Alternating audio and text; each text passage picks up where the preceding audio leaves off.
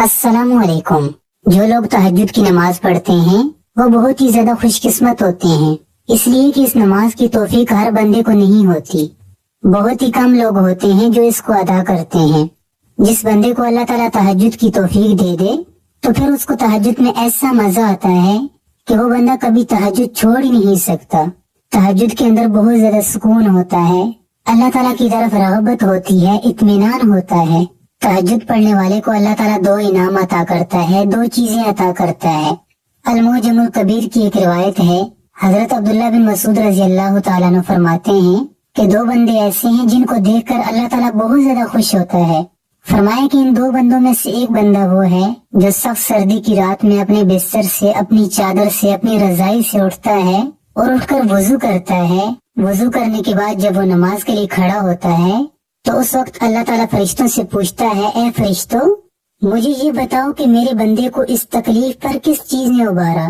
سخت سردی کی رات ہے، آرام کا وقت ہے، اور یہ میرا بندہ اٹھ کر میرے سامنے نماز کے لیے کھڑا ہو گیا۔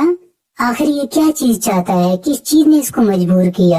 اللہ تعالیٰ سب کچھ جانتا ہے، لیکن پھر بھی فرشتوں سے پوچھتا ہے تاکہ اپنے بندے کی عظمت کو ظاہر کرے۔ تو فرشتے اللہ تعالیٰ کو کہتے ہیں، اے اللہ، یہ بندہ آپ کی رحمت چاہتا ہے کہ آپ اس کو اپنی رحمت عطا کریں، اور دوسری چیز یہ ہے کہ یہ آپ کے عذاب سے ڈرتا ہے، یعنی آپ کے عذاب سے پناہ مانگتا ہے۔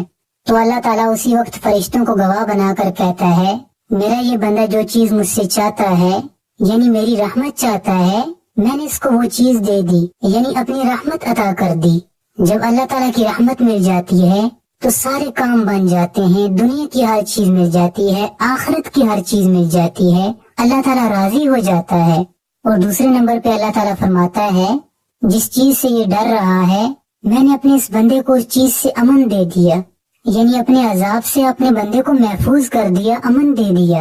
تو اللہ تعالیٰ کی ذات کتنی کریم ذات ہے کہ فرشتوں کے سامنے کہتا ہے کہ میں نے اپنے بندے کو یہ دونوں چیزیں عطا کر دی، اپنی رحمت بھی دے دی اور عذاب سے بھی محفوظ کر دیا، امن میں کر دیا۔